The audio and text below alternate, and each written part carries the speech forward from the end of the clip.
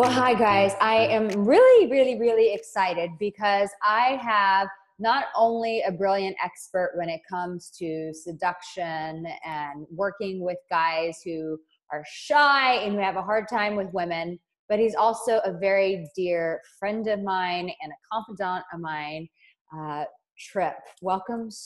I'm so happy you're here. Arica, I love talking to you and talking about this stuff with you, and I'm so happy to be here, and thank you for having me. Oh, it's my pleasure. I want to jump right into this. So I know that you work with single guys, but I feel personally that a lot of the same dilemmas that single men face with women, married men, I'm finding as I branch out and I'm working with married men, are having some of the same struggles with their wives. And I'll just kind of set it up this way. You know, just because you're married doesn't mean that at some point the relationship shifts and you start feeling like you're with a stranger. And so these men who have women, they've had maybe some trials and tribulations in their marriages. And so there's that big disconnect. And in some regards, they're having to date their wives all over again. They're having to seduce their wives all over again. Maybe they've had children and the wife has been so occupied with the children that she's forgotten to make love to her husband. And men start getting a little gun shy with that. So this is why I felt really compelled to bring you onto this, because this is what you do. This is your world. So is there something that you want to say before I jump into this? Absolutely. I already Go have for it. So here's the thing. Yeah. The game of seduction never stops. No. Okay? The only time it stops is if one of you is dead or you're divorced. Right. That's it. Okay? So that means that you two are not together. Of course it's done. Yeah. But as long as you guys are together, under any circumstance, you're dating, you're in a relationship, you're in a committed relationship, you're engaged, you're married, whatever the situation, seduction never ends. And here's the problem, and here's what happens, is for a lot of guys, and we're talking to guys, so I think that you'll understand where I'm coming from here if you're listening, is that once you get into the relationship, it feels like, boom, goal completed, got the girl, done, we're all good. Now I can just like wear sweatpants and I can just like chill and I don't have to like do things to impress her anymore because you got her. And totally normal. Of course you feel that way because that kind of happens sometimes on the woman's end too. It's like they just get comfortable, right? You get comfortable and you stop working hard at it and you guys are together and you just kind of settle into those routines. Now for a while that's fine and it works and for sometimes a very long time, it's not destructive. But here's the problem, is that there's an expiration date to that, is that will eventually become destructive. That is either going to cause fights in the relationship, that's going to cause divorce, breakup. And if it doesn't do any of those things, it's going to cause one or more parties still to be just like in a relationship that just sucks, but they don't leave. They just stay in because, well, it's easier to just stay in and be comfortable and not leave because dating is hard, which it is, right? But they just stay in and get comfortable and they're in a shitty relationship. Yeah. So bottom line is you have to understand that it really never stops. And it's actually pretty similar to when you first started courting her. Of course, it's a little bit different. You're not necessarily talking about the same things. You're not experiencing the same emotions as you did in the honeymoon phase, but still there's a way to be a lover in your relationship, even through marriage, even through children, that keeps the spark alive. It's a little bit different, but it's the same concept. So I'm happy to be sharing some of this stuff. And I think it's really important. I think if guys knew this, it could really save marriages and relationships and make you just so much more happier. Absolutely. Absolutely. So I want to jump into the first question. What can a husband do when he's been rejected many times by his wife and begins to get gun shy? How can he overcome that? You know, he starts getting timid. The wife has said, I'm too tired. You're always coming after me just for sex. Like, I mean, it's just straight up rejection for the guy. And he's just like, shit, I'm kind of scared to even approach her about sex anymore, but I have a real need and I really want to be with her. What does he do? So this is kind of like a two-step process. Okay. First, whenever there's an issue, really in anywhere in life, okay, and especially in relationships, I take it, you take it to you. Okay. So don't just be like, well, my wife sucks. She doesn't want to have sex. She's too tired. She's lame. She lost her sex drive, all this stuff. Very easy to play victim and just be like, oh, it's all on them, right? Well, where is that going to get you? Absolutely nowhere. So really, especially in this case, bring it back to you. Okay. So say, what can I do better? Or what am I possibly not doing that could get her interested in having sex with me again? Okay. And of course, as a guy who's been married or in a relationship for maybe well over a decade, you just think like, oh, we're together, so like we can just have sex whenever we want. Yeah, that happens a lot in the very first few years of the relationship because you guys are just so horny and you're just having sex all the time. It's like, it's just like push a button and you guys are having sex. But after a while, the relationship changes. It's not really like that.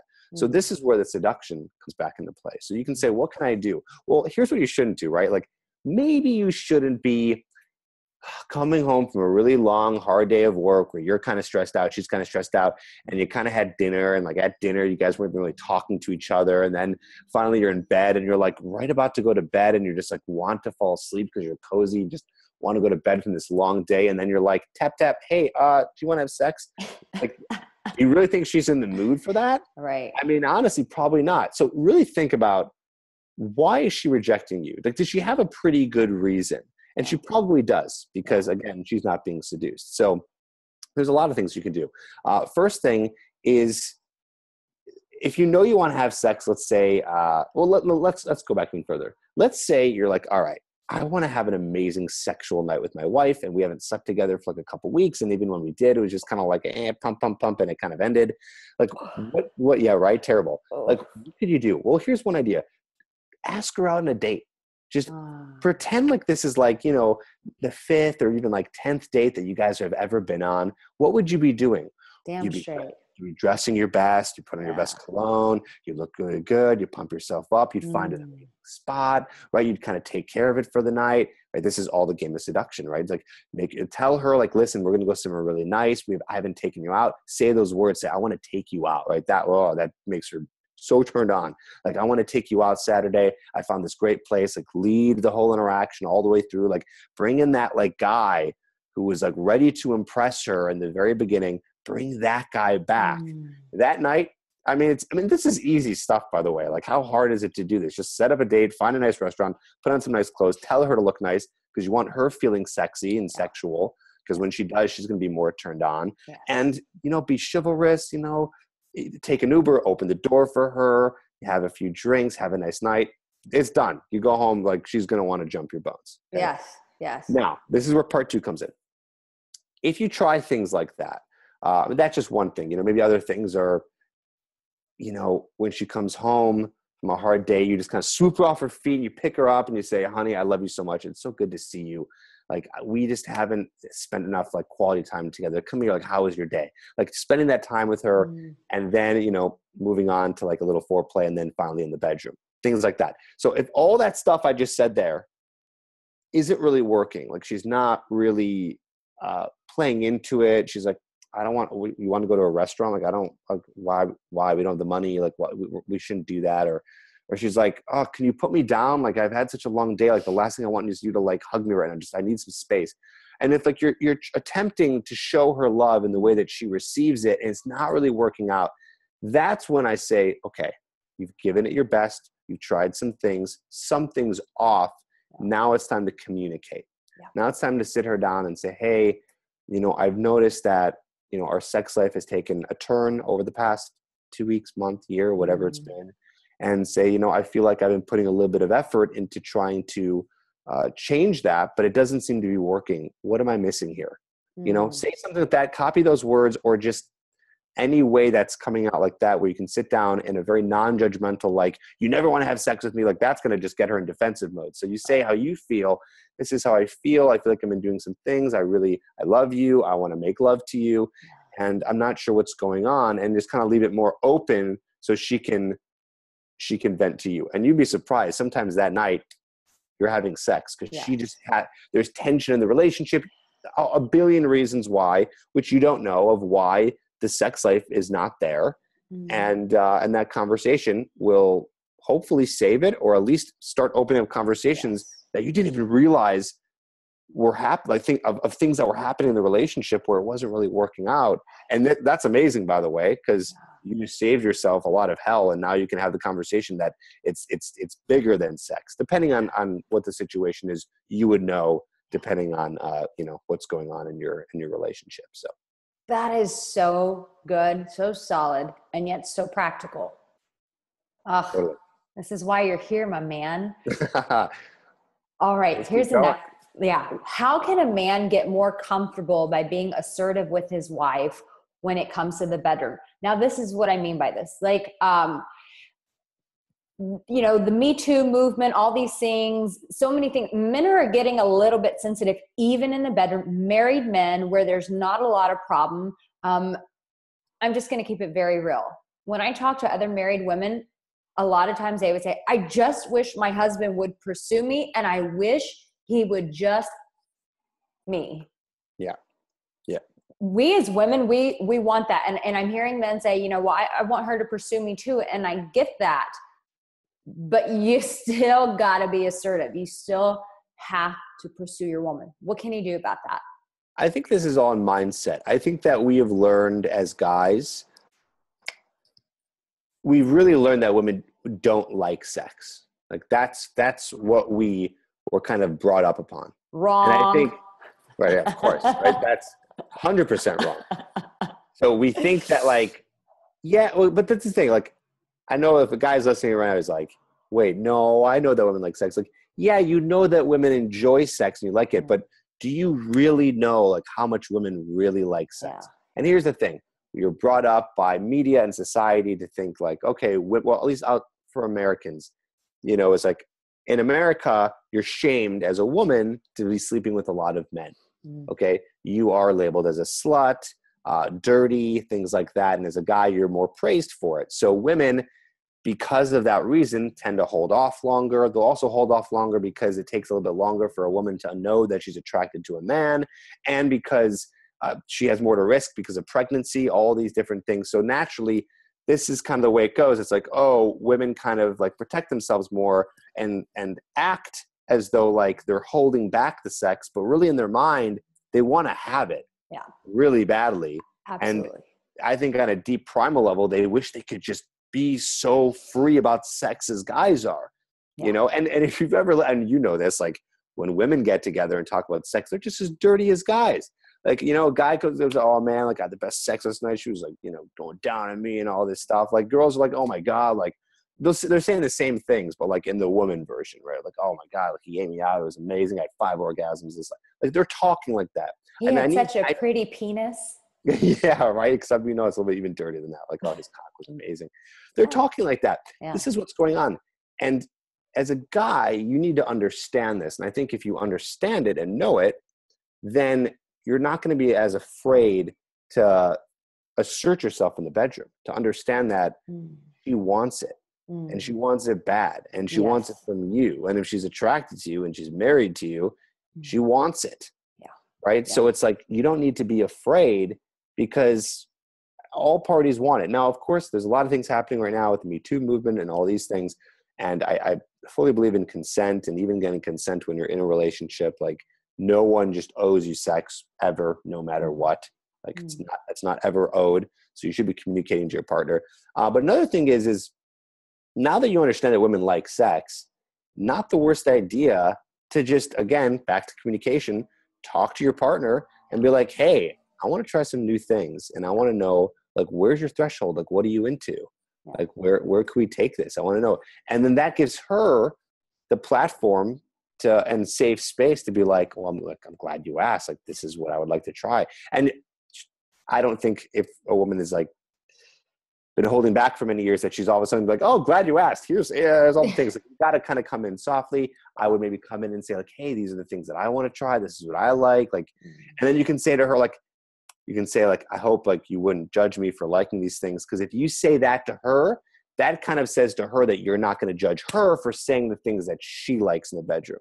So create that safe space of non-judgment so everyone can kind of talk about those things.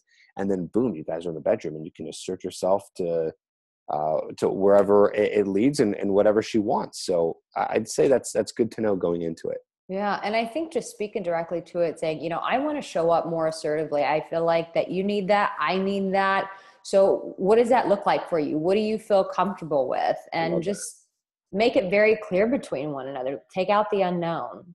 And I think a lot of guys are kind of scared to say that because it sounds lame, or it sounds like their girl's going to be like, it just sounds like, what? Like I'm going to tell her I want to assert myself in the bedroom. Like she's going to think I'm a weirdo or an idiot. It's like, you got to understand, if you are with someone who thinks that you're weird for that, please leave that relationship as soon as you can, or fix that immediately, because you're with someone who's very immature. But if you're speaking in a very mature tone and just explaining your needs and wants, if it sounds a little geeky, it does. Your partner hopefully will be she's not going to be thinking of what words you're using or how you're saying it, but the fact that you're just bringing it up at all, Yes. she's going to be more in the moment of like, wow, this is great. Like, I'm glad that we're talking about this. So I you know, coming from the man's point of view, I get it. It sounds like really weird and kind of like, could sound like unmanly or very like, a lot of guys will say the word gay. Like, oh, it sounds so gay. Like, oh, that's so gay to talk like that. It's like, well, I mean, you can think that all you want, but really this is the way it works. Like, You want to get laid or not, man? What do you want to do? exactly.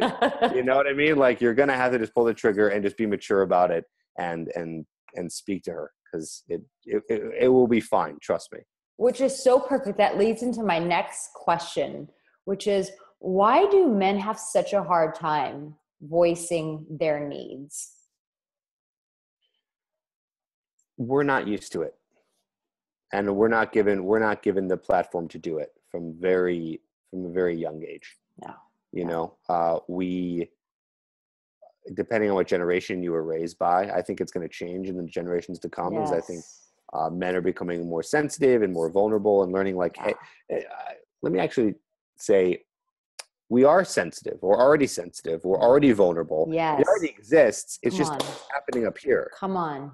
You know what I mean? So like, it's not like guys are becoming, it's like, no, we already are, but we don't feel comfortable releasing that. That's because so good. only women talk about their emotions. Only Right. women are vulnerable. Only women talk about relationships. Only women talk about their feelings. That's a woman thing to do. That's what gay people do. That's pretty gay. Yeah. That's just like a little weird. That's Right. not very manly. Like, Right. manly is you know, just like toughening up, manning up, Stuffing it all in. and just like not giving a shit about anything. It's like no, that's a very unhealthy way to do it, you know, and that's what we were taught, but now we're seeing the repercussions of that. Yes. And what is that? Well, I'll tell you one statistic. I don't have the numbers, but a large percentage of men commit suicide because specifically when maybe they're out of a relationship, or they get broken up with, or they're very lonely because they have nowhere to go to talk about this stuff. So they hold it in, and they're like, oh my God, pain, depression, I suck, life sucks. That's it. Jeez. So if that's the route you want to go, which doesn't sound like you do, I would say it's probably best to start just listening to what's going on in your head, realizing that it's so fucking, can I swear?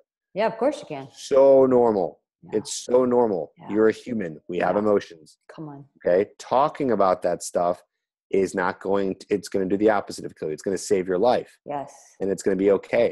Yes. So as long as, you know, and to stay within your masculine, it's really about understanding you have the emotions and then dealing with them. It's like, okay, I feel this way. Whatever I need to do to get something handled, I'm going to do it. I got to talk to someone. I got to see a therapist. I got to talk to my wife. I got to talk to my friends. I got to get some advice. I got to work things out. Yeah. You know, I'm going to figure it out, and I'm going to take charge and lead my life and do it. Yeah. And, you know, and emotions are part of that, and that's okay. Yeah. I always tell women, like, wives will say, why don't they just use their voice? Like, we tell kids, like, use your voice, say your needs. Why can't men just use their voice? And I said, let me tell you this. Why don't you go and tell your boss at work, tell him that you want a raise. I can't do that. And I said, why? Because you're not equipped to do that. Men have been equipped to go after what they want. And so they're more set up to go in and tell that boss, I need a goddamn raise. But as a woman, we're equipped to deal with our emotions, to speak from our emotions. So for us, it's very second nature to do that. Just like it's very second nature for a man to go and demand that he get that raise. He demands, that's why men get paid more money than women, is because they're very equipped to use their voice in that regards. Women haven't been equipped to use their voice in that regards, but we have been equipped to speak about things emotionally. And I said, so you're asking them to do something that they've never been equipped to do. And if you had to do it, you couldn't do it yourself. So we have to create grace for men that in this learning curve of learning to use their voice, that we support them, we give them grace, and we begin to equip our men to be able to give us what we need. The reality is that every single human has masculine energy and they have feminine energy. Yes. Okay. Yes. And that, just understand that's the reality. Okay. That's the truth. We all have masculine energy, and don't think about whether or not you have a penis or vagina. Just think about there's two energies and everyone has them, and we access both for different things in our life. And for a man like you are using it, you're using masculine energy most of the time. Okay, using masculine most of the time, and feminine energy without you even knowing it. You're using feminine. Anytime you're creative, that's feminine energy.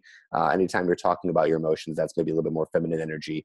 And so, there's nothing, no judgment. Neither is right or wrong. They just exist. And so, I think it's about, okay, when as a man can we access the feminine energy to our benefit, and as a woman, how can we access the masculine energy to our benefit? Now, when it comes to attraction, well, as a man, you want to use more of your masculine energy. Right. And same thing for a woman. She's going to use her feminine energy. But there's other parts to life beyond just attraction. There's things in your life that, so like you sitting down and let's say you play an instrument, for example, and you play guitar or piano, whatever it is.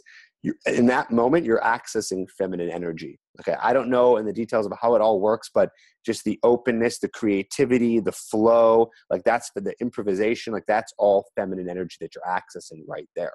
And so, in these moments of, okay, I want to get a little bit more in touch with feelings, with emotions.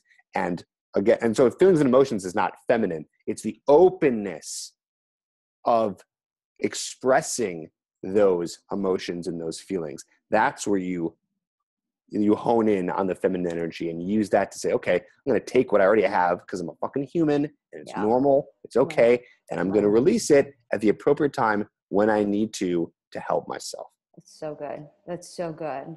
And one last question. Let's say that there's a woman who's sneaking around and she's watching this video right now. Or let's say there's a man who's wanting to create conversation with his wife and he says, hey, I need you to watch this moment right here.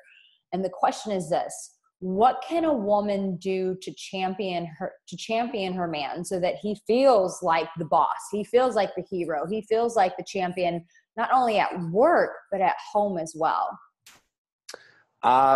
There's a few things. First, I think no matter what, the verbal affirmations are huge, right?